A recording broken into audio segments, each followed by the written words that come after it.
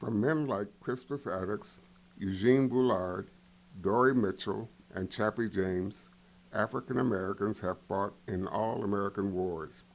But only recently, as members of a large black officers class, during the Revolutionary War, Congress instructed the states in September 1776 to raise 88 infantry battalions. Few African Americans were left in the Continental Army. Southern opposition had resulted in the exclusion of most black men. However, the realities of war forced Congress and the states to reevaluate their policies.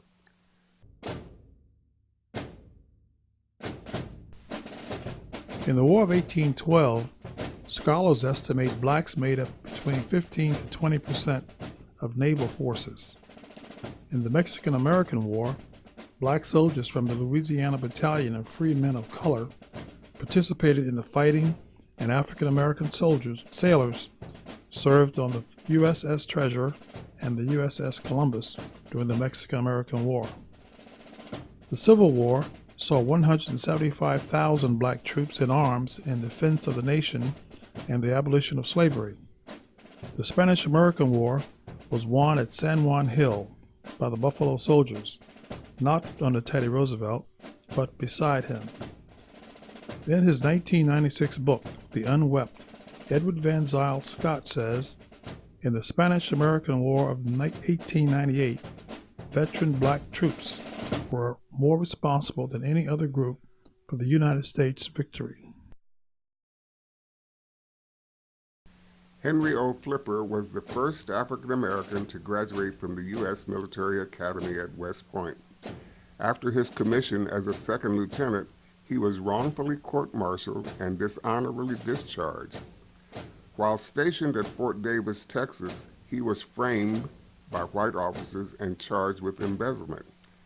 At his court-martial, he was found not guilty of embezzlement, but found guilty of conduct unbecoming an officer and a gentleman. He was dishonorably discharged.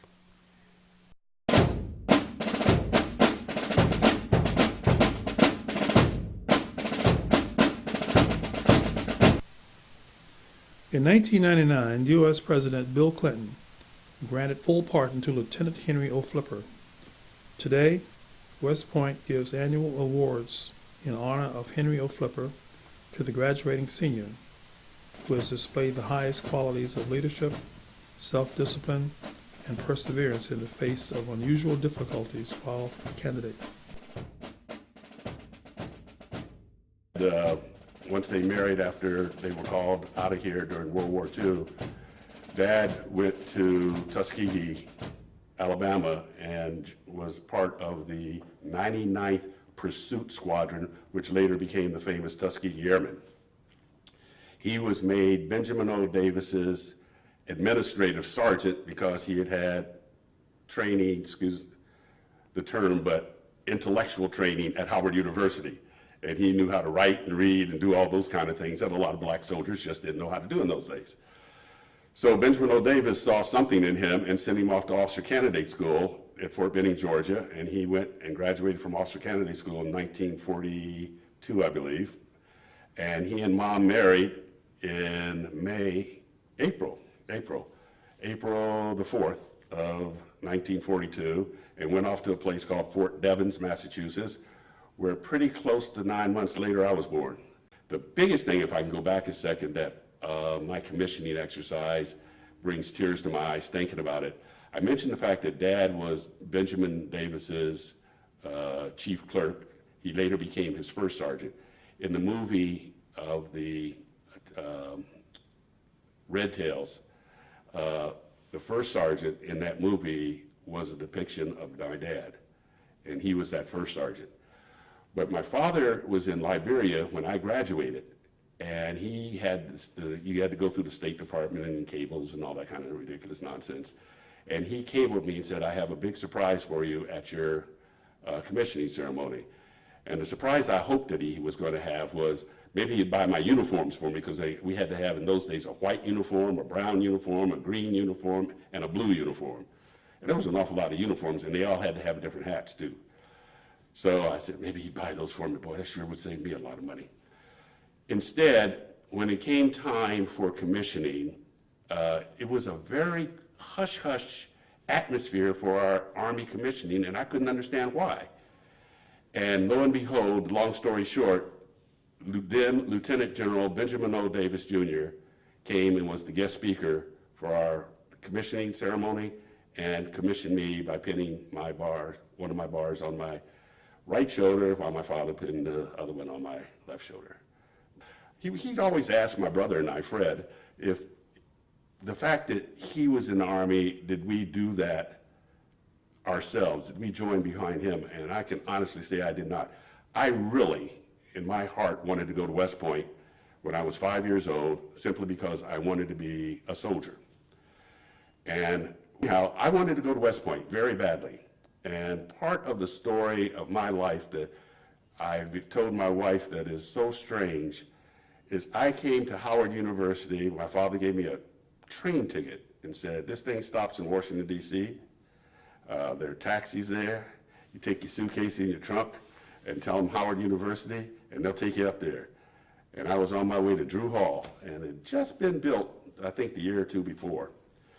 So I came here, and I was completely engulfed, flabbergasted, and every other word you could think of, with the beauty of the women that were here at Howard University.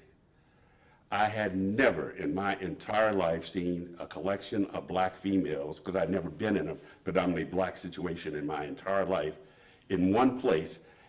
I didn't go to West Point. I stayed here at Howard University, and my mother and father were very, very upset. And I went through ROTC, and I did the things in ROTC I think that I really wanted to do. I was fortunate and lucky enough to be the brigade commander my senior year. And in those days, because of the Morrill Act, we had every freshman and sophomore male at Howard had to take ROTC, your freshman and sophomore year. So we had about 5,000 cadets out on the parade field every Thursday, and in our little uniforms, both Air Force and Army. So it was a good experience, and I don't regret 1 minute not going to West Point and staying here at Howard University, especially because of the friendships that I was fortunate to make while I was here. So Warren and I went to Fort Campbell, Kentucky, mainly because Dennis Hightower, who had graduated the year before and pinned me when I pledged Kappa, as you well remember, on our line, the Grand 16, was stationed there. And we both wanted to make some extra money because we were getting paid $222.30 a month. And they paid you another $110 to fall out of these airplanes every 3 months. And I said, I can do that. I can fall out of these airplanes every 3 months for $110 extra a month. So we went to Fort Campbell, hooked up with Dennis, and we were bachelors at the time, and we lived in the BOQ, the Bachelor's Officers' Quarters, and had a good time. We had to get up every morning to run and all that stuff. And then we went off to airborne school.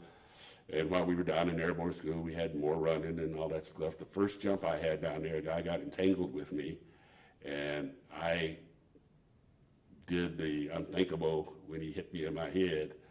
And I said, all right, son, we're going to be okay. I'm the lieutenant and he's a little private. And I'm supposed to act like I'm not scared. And I was more scared than I could ever think of being. And Warren and I stayed up almost all night. He said, well, Gorham, what are you going to do? You going to continue this? I said, I think I got to do this. He said, man, that was something else this morning. We could see you from the ground. I said, I could see me from the air. So we finished, and we came back to Fort Campbell, Kentucky, and started our careers there in different battalions and did our thing. And I enjoyed it. And I was called out of Fort Campbell, Kentucky, after only 2 years there, and told I was going to go to the Republic of Vietnam for a war that was waging over there. Another irony, and thanks to Howard University, we had a professor here in my history department by the name of Bernard Fall.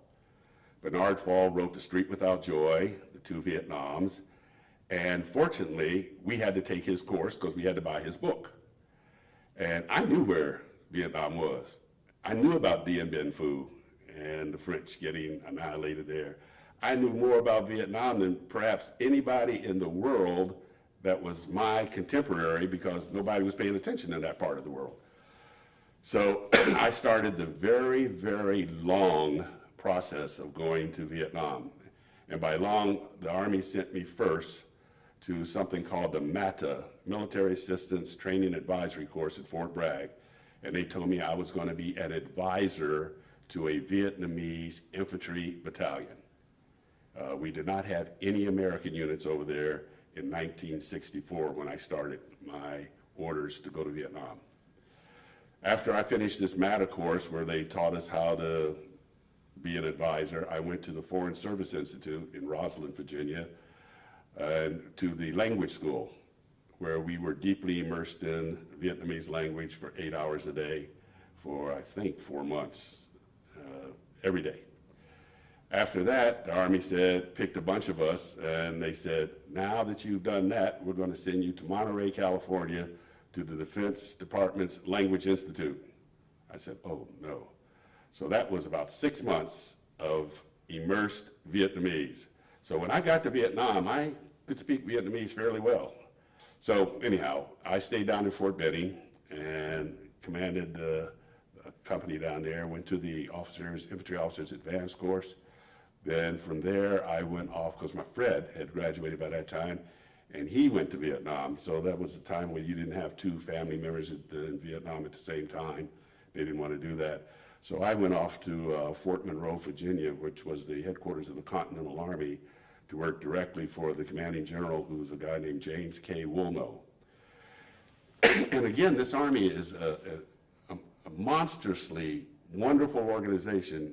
General Woolnough, when we were in Europe at Poitiers, was a brigadier general at the installation to which my father was assigned, and my father was his G3.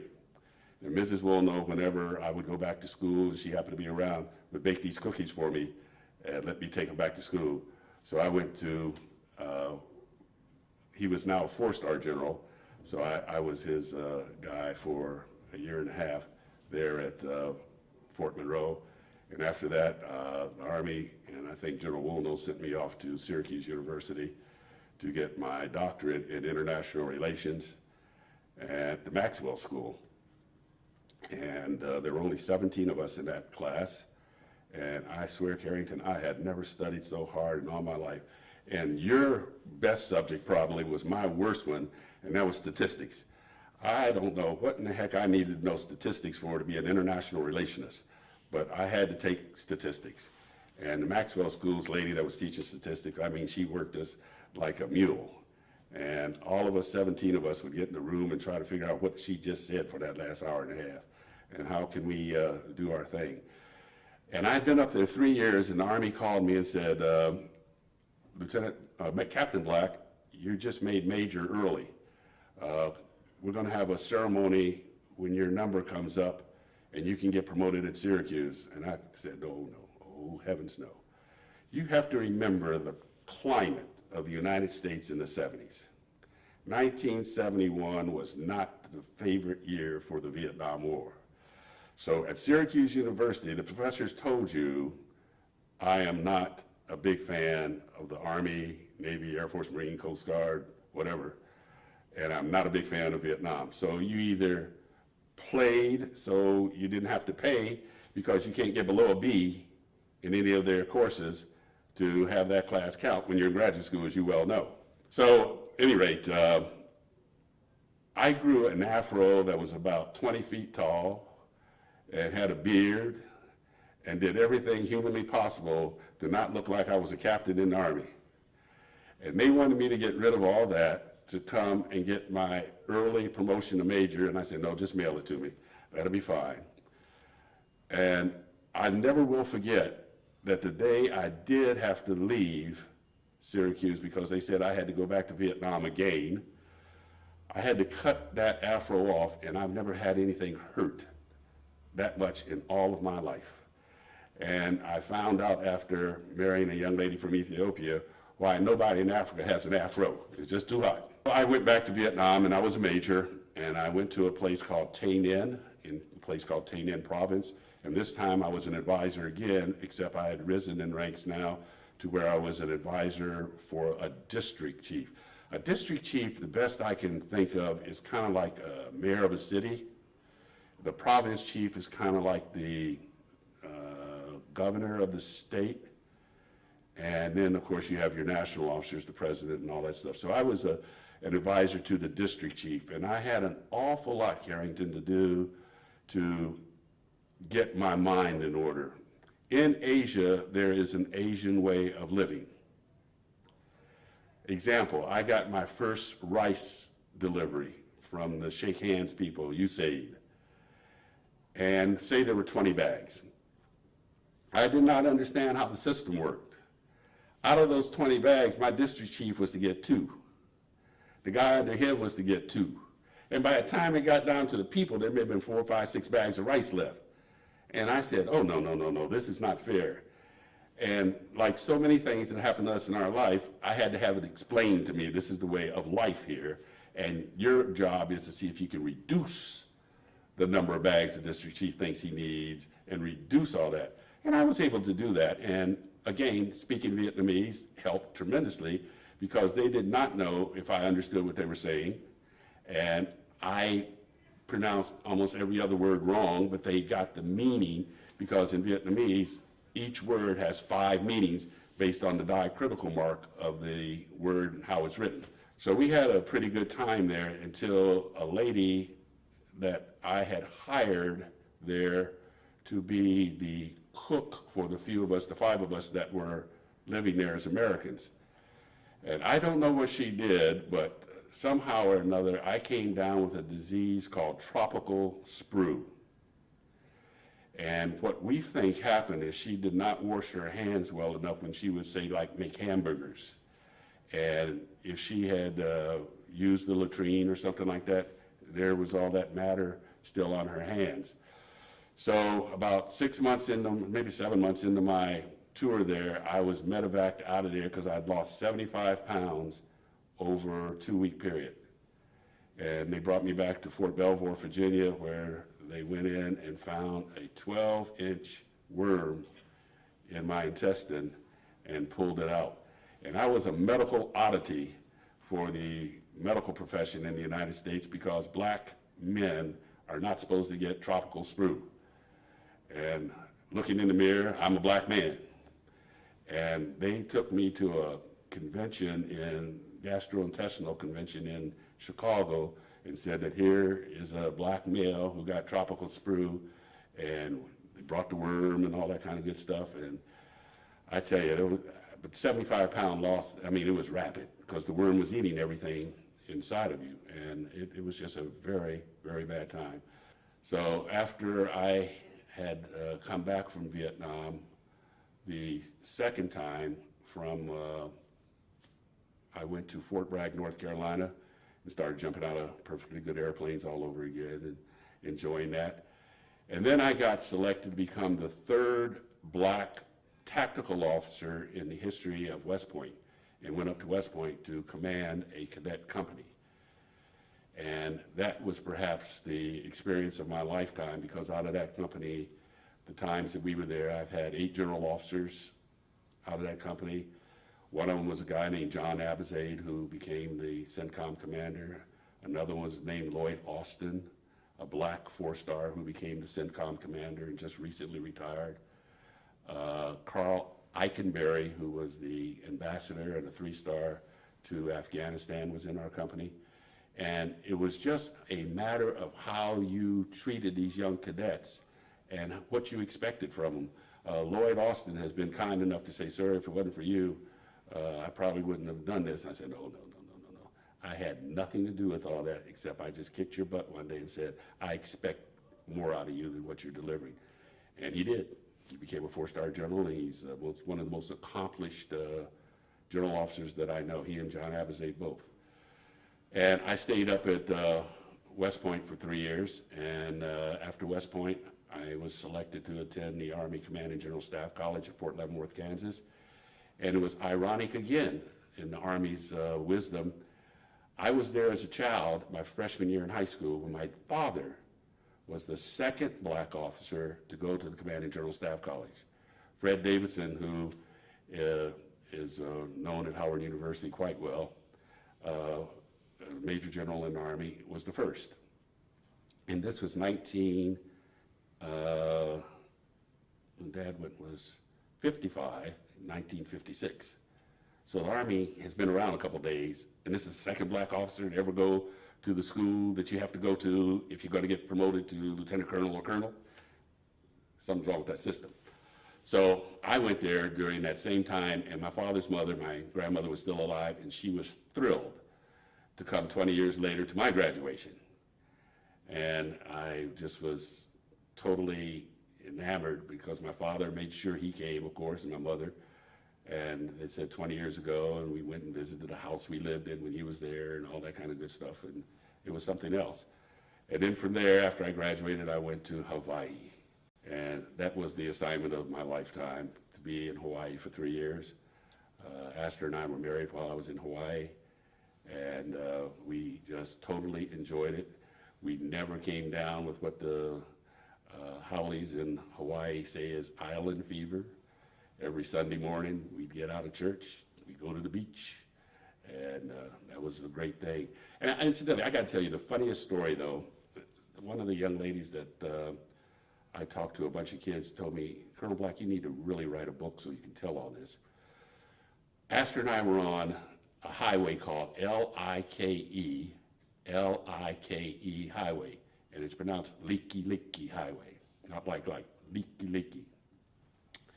And I was a major, and we've been married a little while, and all of a sudden, a Japanese Zero came over our car on the highway going down toward Pearl Harbor to Torpedo Row and all that stuff, and all of a sudden, boom, boom, boom, boom, and I said some expletives deleted. I stopped the car and threw Astor on the ground and got on top of her and all this kind of stuff. And I'm saying, oh my God, they're doing it again, they're doing it again. And all these cars are stopping and everything. They were making the movie Tora, Tora, Tora, and hadn't told a soul on the island that they would be making this movie. And all of us non-informed folk did not know what was going on, except the guys that were down there making these bombs go off and everything. It was the funniest and scariest moment. We just laughed about that forever and a day, because we were right out there in the open, and if that guy wanted to open up with his machine guns, he could have blown us off the highway very easily. But we stayed in Hawaii for 3 years and just had a very, very, very enjoyable tour and time. And like the adage says, if you go to heaven, you got to go to hell afterwards. So we went to Fort Dix, New Jersey. And again, like the Army does, that was my second trip to Fort Dix, New Jersey. My father was there when I was in the 8th grade. Then he was there while I was in Vietnam, and Donna, our oldest daughter, was born there at Fort Dix, Walton Hospital, I believe it's Walton. So we went to Fort Dix, and I had been selected as a battalion commander, and I was commanding a cadet basic training company. And I got to do that for 3 long years. Go out there and watch them shoot. Watch the girls get so afraid once they came in, they drop a grenade at your feet, and you'd have to think quickly, ma'am, you want to throw that, please, because we're going to get blown up if you don't throw that thing someplace. But that's what we did. We lived at Fort Dix. Irony, when I reported to housing, they gave me a house key and said, this is your house, that's why you're going to be here. And it was in a row for what they call lieutenant colonels and battalion commanders. It was the same identical house I lived in when my mother and father were stationed at Fort Dix. And they gave me the same house that I grew up in almost. And I found that to be so amusing because they said it was just luck of the draw or something like that. So we said, okay, it was the luck of the draw. So we had a great 3-year tour at Fort Dix. And after Fort Dix, I paid penance because everybody has to do this. I bought 3 new pair of shoes and was assigned as a staff officer at the Pentagon. And as a young lieutenant colonel, you're going to wear your shoes out walking papers from one end of that building to the other end, to the point you really have to learn where the stairs are that lead to a ring so you can get there quickly and all that kind of stuff. And we were fortunate to only have to spend 1.5 years there, and I got selected to attend the National War College at Fort McNair. and went to the National War College and just had one of the best educational experiences I think I've ever had in my life, because it was just really super, and it really augmented what the Army had sent me to do up at Syracuse in terms of an international relations background. After that, we were asked if we would like to work for the President as the Secretary of the General Staff for his inauguration. And I said, hey, Asher, let's do that, because we can get to stay here in D.C. for a while. So for a year, I worked as Ronald Reagan's Secretary of the General Staff for his inaugural committee. And we are now down in history again as the only inaugural committee that has ever canceled an inaugural parade. It was so cold that we were trying to figure out how and what do we do. And I never forget, I was watching the Super Bowl, and Mr. Mike Devers was our boss, who was Reagan's chief of staff, called and said, can you all come in? We need to talk. So they brought us all in, and we talked and everything, and the decision was made to not have an inaugural parade. So the president did it inside, and we did that. And then I got asked if I would like to go to the Republic of Panama to become the Deputy Chief of Staff for Operations for all of Latin America. And I said, sure, I love warm weather. It didn't bother me a bit. And once we left Panama, we came to Fort Meade, Maryland, where I had been selected to be the garrison commander at Fort Meade. And that's where I ended my career.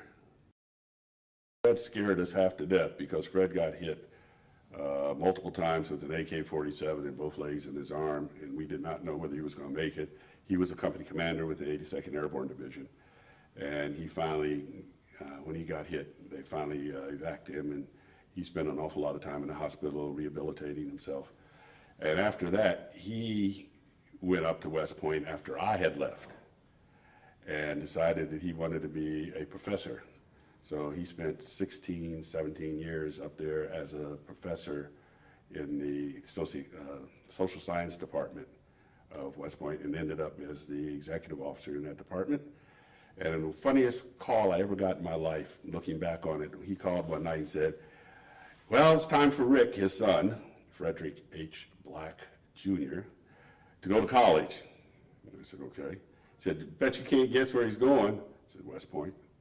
He said, how'd you guess? I said, well, what else does he know, man? He's been up there since he was knee-high to a rabbit or something. And Rick went to West Point, graduated in the class of 1994. And he now is on his third tour of duty at West Point as an instructor in the social science department.